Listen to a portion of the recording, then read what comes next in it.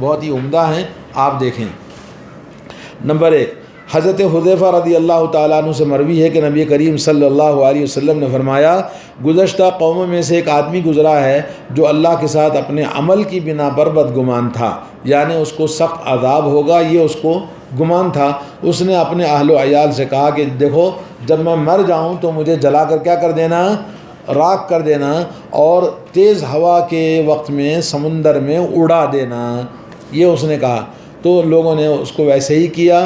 تو پھر اللہ تبارک و تعالیٰ نے اس کی راکھ کو جمع کیا، اور جمع کرنے کے بعد پوچھا کہ کس چیز نے تجھے ایسا کرنے پر مجبور کیا؟ تو اس نے کہا کوئی چیز نہیں جس نے مجھے مجبور کیا ہو سوائے تیرے ڈر کے، تیرے خوف سے میں نے ایسا کیا ہے۔ تو اللہ نے کہا مجھ سے ڈرتا ہے؟ کہا تیرے خوف سے تو یہ کام کیا ہے۔ تو اللہ نے کہا میں تجھے معاف کر دیتا ہوں۔ تو یہ اللہ تعالیٰ کے خوف کی فضیلت کہ اللہ رب العالمین نے ایسے پاپی کو، جس کو یقین تھا کہ وہ اللہ کے پاس عذاب میں جائے گا، جہنم میں جائے گا، تو اللہ کے خوف سے اس نے یہ کام کیا، اللہ نے اس کو اس خوف کی بنا پر معاف کر دیا۔ جی، تو خوف الہی گناہوں کے بخشش کا ذریعہ ہوتا ہے۔ اس کے بعد والی حدیث دیکھیں، حضرت ابو ہریرہ رضی اللہ تعالیٰ عنہ سے روایت ہے کہ نبی کریم صلی اللہ علیہ وسلم نے فرمایا، اگر تم لوگ اس چیز کو جان لیتے جو میں جانتا ہوں تو تمہارا ہنسنا کم ہو جائے گا اور تمہارا رونا زیادہ ہو جائے گا، کیونکہ انسان اس دنیا میں وہ چیزیں آخرت کی اپنے زندگی کے نتیجے میں جو ہمیں ملنے والا ہے ہم نہیں جانتے۔ تو نبی علیہ الصلوۃ والسلام نے کہا اگر میں جو جانتا ہوں تم جاننے لگو گے تو تمہاری بولتی بند ہو جائے گی۔ جی، یہ کیا ہے؟ خوف خدا۔ نبی علیہ الصلوۃ والسلام کے اندر جتنا تھا وہ ہمارے اندر نہیں پیدا ہو سکتا۔ جی، ایک اور حدیث میں حضرت انس رضی اللہ تعالیٰ عنہ سے روایت ہے کہ رسول اللہ صلی اللہ علیہ وسلم نے فرمایا 3 چیزیں ہلاک و برباد کرنے والی ہیں، یاد رکھیں 3 چیزیں کیا ہیں انسان کو ہلاک و برباد کر دینے والی ہیں۔ ان میں سے ایک چیز کیا ہے؟ حرص اور لالچ۔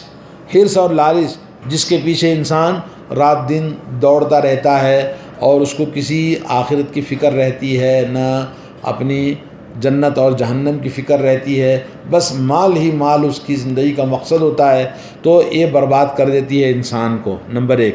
نمبر 2، خواہشات نفس کا غلام، کہ اپنی خواہشیں ایک دل چاہتا ہے کرتا ہے تو خواہشیں انسان کو برباد کر دیتی ہیں۔ اور تیسری چیز ہے کہ ہمیشہ تیسری چیز کیا ہے؟ اپنی خود ستائی میں مبتلا ہو جانا۔ جی، آدمی جو اپنے آپ کو سمجھتا کہ جی بالکل میں صحیح ہوں، میرے اندر کوئی کمی نہیں ہے، میں بہت اچھا ہوں، میرے خوبیاں، خود اس کو اپنے آپ کو پتلتا ہے کہ جیسے کہتے ہیں خدا جب کسی کو حسن دیتا ہے تو نزاکت آ ہی جاتی ہے۔ آدمی کی مصیبت کب ہوتی ہے؟ جب اس کے اپنے حسنوں کا، اپنے ہنر کا، اپنی جو صلاحیتیں ہیں اس کو علم ہو جاتا ہے کہ میرے اندر اتنی صلاحیتیں ہیں، وہ برباد ہو جاتا ہے۔ تو یہ 3 چیزیں انسان کو برباد کر دیتی ہیں۔ اور قاعدہ جو دین کا قاعدہ ہے، دین کو برباد کرنے والی 2 چیزیں ہیں۔ ایک کیا ہے؟ خواہشات۔ ایک کیا ہے؟ خواہشیں انسان کی دین کو برباد کر دیتی ہیں۔ اور دوسری چیز کیا ہے؟ شکوک و شبہات۔ شکوک اور شبہات پیدا ہوتے ہیں کس سے؟ جہالت کی وجہ سے۔ تو جہالت انسان کے دین کے برباد ہونے کی بڑی چیز ہوتی ہے۔ انسان جہالت کی وجہ سے برباد ہو جاتا ہے اس کا دین، اور دوسرا خواہشیں انسان کو برباد کر دیتی ہیں۔ جی، اس کے بعد اللہ کے نبی نے فرمایا کہ 3 چیزیں انسان کو نجات دینے والی ہیں۔ جی، ان میں سے نمبر 1 کیا ہے؟ خوف الہی، تنہائی میں ہو یا برملا ہو، تنہائی میں ہو یا لوگوں کے سامنے ہو، کہیں بھی ہو، انسان کیا ہونا چاہیے؟ اللہ کا خوف اپنے اندر رکھنا چاہیے۔ اور جو انسان اللہ سے ڈرتا ہے، جو اس چاپٹر کا جو اصل موضوع ہے وہ خوف الہی، تو خوف الہی انسان کو نجات دلانے کا سب سے بڑا ذریعہ ہے۔ اور دوسری چیز اللہ کے نبی صلی اللہ علیہ وسلم نے کیا بتائی ہے؟ تنگ دستی ہو یا خوشحالی، زندگی میں درمیانہ روی اختیار کرنا چاہیے۔ جی، آدمی جب زیادہ خوش ہو گیا تو خوب دولت کو لوٹا دیا کہ ساری دولت اس سے ختم ہو گئی، یا ہے کہ جب تنگ دست ہو گیا تو لوگوں کے پاس بھیک مانگنا شروع کر دیا، لوگوں کو مال چوری کرنا شروع کر دیا، غلط راستوں پہ چلنا شروع کر دیا۔ تو دونوں راستے غلط ہیں، تنگ دستی ہو یا خوشحالی، ہمیشہ آدمی کو ایک مڈل راستے پہ چلنا چاہیے۔ تیسری چیز جو اللہ کے نبی صلی اللہ علیہ وسلم نے فرمائی جو انسان کو نجات دیتی ہے کہ وہ ہمیشہ سچ بولنا، حق گوئی، سچ بولنا، سچائی پر قائم رہنا، چاہے وہ آپ کے طبیعت کے موافق ہو یا آپ کے خلاف ہو۔ یعنی بسا اوقات ہمیں سچ بولنا اس لیے ہم نہیں بول پاتے کیونکہ یہ چیز ہمارے خلاف جا رہی ہے، بولیں گے بھئی آپ ہی تو غلط ہیں، آپ جو بول رہے ہیں آپ کی بات آپ کے خلاف جا رہی ہے، تو اس لیے لوگ کیا کرتے ہیں، نہیں بولتے ہیں۔ تو اللہ کے نبی نے کہا نجات دینے والی چیز ہے آدمی سچ بولا کرے، چاہے اپنے خلاف ہی کیوں نہ ہو، پسند ہو یا ناپسند ہو، نفع ہو یا نقصان ہو، ہر حال میں آدمی کو کیا کرنا ہے، سچ بولنا ہے۔ جی یہ حدیث ہے۔ اب اس کے بعد دیکھیں ایک اور حدیث ہے حضرت ابو ہریرہ رضی اللہ تعالیٰ عنہ سے، یہ حدیث بہت مشہور ہے، جیسا کہ آپ اس سے پہلے بھی کئی بار سن چکے ہیں کہ اللہ تبارک و تعالیٰ سبعۃ یظلھم اللہ فی ظلہ یوم لا ظل الا ظلہ، 7 قسم کے لوگ ہیں جن کو اللہ تعالیٰ اپنے عرش پر کیا کرتے ہیں، سایہ ان کو دیتے ہیں، اپنے عرش کا سایہ ان کو دیتے ہیں، جبکہ دنیا میں کہیں بھی سایہ نہیں ہوگا، ہر جگہ لوگ دھوپ میں، قیامت کے محشر میں پسینے میں شرابور ہوں گے، لیکن یہ لوگ ہیں جن کو اللہ تعالیٰ اپنے عرش کے نیچے جگہ دیتا ہے۔ ان میں سے نمبر 1 کون ہے، وقت کا حاکم جو عدل و انصاف کے ساتھ لوگوں کے ساتھ پیش آتا ہے۔ حاکم، اب ایک ہے حاکم کا الگ الگ معنی ہے، ایک ہے جیسے پی ایم ہے، بڑا حاکم ہے، چھوٹا سی ایم ہے، کلکٹر ہے اور انسپکٹر ہے، اور بہت اپنے اپنے منصب میں، اور گھر کا سرپرست ہے، وہ بھی عدل و انصاف کے ساتھ کرا تو وہ بھی اس میں داخل ہے، کیونکہ باپ کبھی بچوں کے ساتھ انصاف نہیں کرتا ہے، کبھی کسی کے ساتھ کچھ زیادہ کرتا ہے، کسی کے ساتھ کم کرتا ہے، تو یہ بھی عدل و انصاف کے خلاف ہے۔ جی نمبر 1۔ نمبر 2، وہ انسان جو اللہ رب العالمین کی عبادت میں، اپنے رب کی عبادت میں اس کی پرورش ہوتی ہے۔ یعنی جیسے آپ دیکھیں گے کہ کچھ لوگ ہیں ہمیشہ بچوں کو تربیت کرتے ہیں، دین سکھاتے ہیں، قرآن پڑھنا سکھاتے ہیں، اسلامی تعلیمات سے ان کو آگاہ کرتے ہیں، نماز کے لیے پابندی کراتے ہیں، جی ہمیشہ دین سے جڑے رہتے ہیں۔ تو وہ بچہ جب جوان ہوتا ہے تو اس کے اندر وہ دین کیا کرتا ہے، جڑ پکڑ لیتا ہے، اور وہ انسان دین کے دائرے سے خارج نہیں ہوتا۔ تو دوسرا وہ انسان جو دین کے اندر پرورش پاتا، آج آپ دیکھیں گے کہ خوشحالی بہت ہے، لوگوں نے اپنے بچوں کو تعلیم بہت دی ہے، مگر دین کے تربیت نہ کرنے کی وجہ سے بچے ماں باپ کے نافرمان ہیں، دین سے دور ہیں، برائیاں زیادہ ہیں، نافرمانیاں زیادہ ہیں، یہ نقصان ہوتا ہے۔ تو دوسرا وہ آدمی جو اپنی زندگی کی پرورش کس میں کرتا ہے، اپنے رب کی عبادت میں کرتا ہے، یہ دوسرا۔ اور تیسرا وہ آدمی جس کا دل ہمیشہ مسجد سے لگا رہتا ہے، یعنی مسجد سے لگا رہنے کا مطلب ہمیشہ نماز کی فکر رہتی ہے، صبح کی نماز کے لیے الارم رکھا، جب بھی سوتا ہے تو الارم رکھ کے سوتا، بھئی نماز ضائع نہ ہو، تو نماز کے لیے ہمیشہ دل اس کا مسجد سے لگا رہتا ہے۔ ہاں، اور چوتھی چیز کیا ہے، 2 انسان جو آپس میں ملتے ہیں، دوستی کرتے ہیں تو اللہ کے لیے، اور دشمنی کرتے ہیں تو وہ بھی اللہ کے لیے۔ یعنی ایک آدمی مشرک ہے تو مشرک کو میں پسند نہیں کرتا کیونکہ وہ اللہ کا دشمن ہے، اور اسی طرح سے خرافاتی آدمی ہے یا گنہگار انسان ہے، بے دین ہے، بے ایمان ہے، تو اس سے ہم اوائڈ کرتے ہیں۔ تو ہمارا اس سے دور رہنا کس کے لیے ہے، اللہ کے لیے، کیونکہ یہ ہمارے دین کا دشمن ہے تو ہم اس کو نہیں چاہتے۔ تو اگر کسی کو ہم چاہتے ہیں، دلی طور پر محبت کرتے ہیں، تو اس کی محبت کی ہماری وجہ کیا ہے کہ وہ نیک انسان ہے، اللہ کو چاہتا ہے، اللہ کے رسول کو چاہتا ہے، عبادت کرتا ہے، تو ایسے انسان سے ہم بھی محبت کرتے ہیں۔ جی، اور اس کے بعد پانچواں آدمی وہ ہے جو کوئی جاہ منصب والی حسین و جمیل، کوئی حسینہ اس کو رات میں دعوت گناہ دیتی ہے، کوئی حسین و جمیل منصب عزت والی بڑے خاندان کی عورت برائی کی دعوت دیتی ہے تو وہ کیا کہتا ہے؟ انی اخاف اللہ، بھئی میں اللہ سے ڈرتا ہوں، یہ کام میرے سے نہیں ہو سکتا ہے۔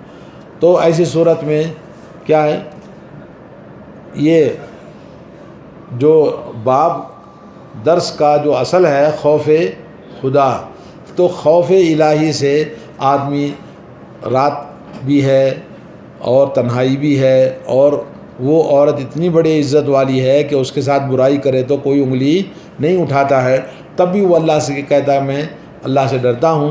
تو یہ خوف اللہ تعالیٰ کا جو اس کو روکتا ہے برائی سے، یہ اس کی فضیلت اس سے معلوم ہوتی ہے۔ جی، چھٹواں وہ آدمی ہے جو صدقہ یا خیرات یا کوئی بھی بھلائی کسی کے ساتھ کرتا ہے تو داہنے ہاتھ سے کرے تو بائیں کو پتہ نہ چلے، یعنی ریاکاری نہیں ہونا چاہیے، دکھاوے کے لیے نہیں کرنا چاہیے، بلکہ جو بھی آپ نیکی کریں گے صرف اللہ کو راضی کرنے کے لیے۔ جیسے آج لوگ پروپیگنڈا کرتے ہیں، میں نے کیا، میں نے کیا، میں نے کیا، ہم نے کیا، ہم نے دیا، ہم نے لیا، یہ سب باتیں اس کے عمل کو ضائع کر دیتی ہیں، ریاکاری ہو جاتی ہے۔ آدمی جتنا ہو سکتا ہے نیکی کا کام کسی کو نہیں پتہ چلنا چاہیے سوائے اس کے، اور اللہ کے کوئی نہیں جاننا، وہ اللہ کے پاس زیادہ قبول ہوتا ہے۔ آخری نمبر 7 یہ ہے کہ آدمی اکیلے میں اللہ کے خوف سے اللہ کو یاد کرتا ہے تو اس کے آنسو نکل پڑتے ہیں۔ اب جیسے ہم لوگوں میں بیٹھے ہیں، ایک نواز و نصیحت کی بات ہو رہی ہے تو ایموشنل ایک ماحول بن جاتا ہے، تو اس جذبات میں ایک آدمی آنسو بہا دیتا ہے، تو یہ آنسو اس کو جہنم سے نہیں بچاتے۔ جی اچھے ہیں لیکن یہ آنسو کیا ہیں؟ جہنم سے نہیں بچاتے۔ لیکن جب انسان رات میں اکیلا اللہ کی بارگاہ میں کھڑا ہو گیا، یا اپنے گھر میں نماز پڑھتا ہے، عبادت کرتا ہے، یا اکیلے میں اللہ کو یاد کرتا ہے اور اس کے آنکھ سے آنسو نکلیں، تو یہ آنسو اس کے کیا ہوتے ہیں؟ اس کو جہنم سے نجات دیتے ہیں، اور ایسے آدمی کو اللہ تعالیٰ اپنے عرش کے نیچے جگہ دیتا ہے۔ جی یہ حدیث ہے، اور پھر اس کے بعد ایک آخری حدیث ہے، وہ بہت ہی عمدہ اور بہت ہی عزیز اور بڑی عجیب و غریب بات ہے، ذرا آپ اس کو دیکھیں۔ حضرت ابو ہریرہ رضی اللہ تعالیٰ عنہ سے روایت ہے کہ رسول اللہ صلی اللہ علیہ وسلم نے فرمایا، اللہ تعالیٰ فرماتا ہے، اللہ تعالیٰ فرماتا ہے تو مطلب حدیث قدسی ہے، کیا فرماتا ہے؟ جب میرا بندہ کسی نیکی کا کام کرنے کا دل میں ارادہ کرتا ہے تو میں اس کی نیت کے بدلے ایک نیکی لکھ دیتا ہوں۔ یعنی ابھی کام نہیں کیا، خالی دل میں ارادہ ہوا کہ بھائی مجھے فلاں آدمی کو مدد کرنی ہے، میں نے ارادہ کر لیا کہ میں اس کو مدد کروں گا، جی میں جاؤں گا تو میں یہ کام کروں گا، ابھی کیا نہیں ہے تو اللہ تعالیٰ اس کو کیا کرتے ہیں؟ ایک نیکی اس کی لکھ دیتے ہیں۔ اور اگر اس نے اس نیت کے اوپر کام کر لیا تو پھر اللہ تعالیٰ اس کو ایک کے بدلے میں 10 نیکیاں لکھ دیتے ہیں، 10 بدلہ اس کو دیتے ہیں۔ جیسے آپ کو سنا کہ نبی علیہ السلام پر درود پڑھنے پر کتنا ملتا ہے؟ 1 مرتبہ درود پڑھو تو 10 مرتبہ اللہ تعالیٰ آپ پر درود بھیجتا ہے۔ من جاء بالحسنۃ فلہ عشر امثالھا، 1 مرتبہ آپ نیکی کرو تو 10 نیکیاں اللہ تعالیٰ قرآن کے اندر وعدہ فرمایا ہے، تو 10 نیکیاں اس کی لکھی جاتی ہیں۔ تو یہ اور پھر اس کے بدلے میں اللہ تعالیٰ فرماتا ہے اگر اس کے دل میں برائی کی نیت آئی، برائی کرنے کا ارادہ کیا، تو اس کی برائی جب تک وہ نہیں کر لیتا نیت کے مطابق اس کو گناہ نہیں لکھا جاتا، اور جب برائی کر لیا تو اتنا ہی اس کو سزا کے طور پر گناہ لکھا جاتا ہے جتنی اس نے برائی کی ہے، اس سے زیادہ نہیں، بمقابل کس کے؟ نیکی کے۔ نیکی 1 کے بدلے میں 10 بار لکھا جاتا ہے اس کی نیکیوں کو، لیکن یہاں پر جتنی برائی کیا اتنی ہی اللہ تعالیٰ لکھتا ہے، برائی کی نیت کرنے سے نہیں بلکہ برائی کے کرنے سے۔ جی تو یہ کہنے کے بعد میں کہتے ہیں رسول اللہ صلی اللہ علیہ وسلم نے فرماتے ہیں کہ فرشتے اللہ تعالیٰ سے پوچھیں گے، فرشتے اللہ تعالیٰ سے پوچھتے ہیں، کیا پوچھتے ہیں؟ کہ اے اللہ، یہ تیرا بندہ برائی کا ارادہ کر چکا ہے، تو جیسے نیکی کا ارادہ کرنے پر آپ نے نیکی لکھنے کا حکم دیا، تو برائی کا ارادہ کیا تو اس کی برائی کا نیت کرنے پر ایک گناہ لکھ دینا چاہیے۔ اللہ تعالیٰ جانتا ہے کہ اس نے ارادہ کیا ہوا ہے، لیکن اللہ تعالیٰ اچھی طرح جاننے کے باوجود بندے کے بارے میں یہ کہے گا اگر بندے نے برائی کر لی تو اس کو اسی کے مطابق گناہ لکھ دینا، یعنی ارادہ کرنے سے نہیں برائی کا، بلکہ برائی جب کر لیا تو برائی کی مقدار کے مطابق اس کا گناہ لکھ دیا جائے۔ اللہ نے ان کو فرشتوں کو حکم دیا ہے۔ اگر اس نے برائی کو چھوڑ دیا تو اللہ نے کیا حکم دیا؟ دیکھیے سب سے مزے کی بات، اگر اس نے برائی کا ارادہ کیا، برائی نہیں کیا، برائی کو چھوڑ دیا، تو کیا کرنا؟ اس کے بدلے میں اس کو ایک نیکی لکھ دو۔ کیا کرنا ہے؟ ایک نیکی لکھ دو، یعنی برائی کا ارادہ کیا، برائی نہیں کیا، اور ایک نیکی بھی اس کو پلس مل جاتی ہے، اس لیے کہ اس نے برائی کی نیت کرنے کے بعد برائی کو کیوں چھوڑ دیا؟ میرے خوف سے چھوڑ دیا۔ تو یہاں پر جو باپ ہمارا جو مقصد ہے کہ خوف کی فضیلت، کہ خوف کیا ہے؟ امن و امان کی چابی ہے، امن و امان کا دروازہ ہے، کہ آدمی کے اندر جتنا اللہ کا خوف ہوگا اتنا وہ امن و امان کی زندگی پاتا ہے، دنیا کے اندر بھی اور آخرت کے اندر بھی۔ اللہ تعالی ہم سب کے اندر اللہ تعالیٰ کا خوف پیدا فرمائے، ہم سب کو پرہیزگار اور متقی بنائے، اور اللہ تعالیٰ کا خوف ہی ہماری نجات کا سب سے بڑا ذریعہ ہے۔ اللہ تعالیٰ ہم سب کو نجات عطا فرمائے اس اللہ کے خوف کے ذریعے۔ جی، وصلی اللہ علی نبینا محمد وعلی آلہ وصحبہ۔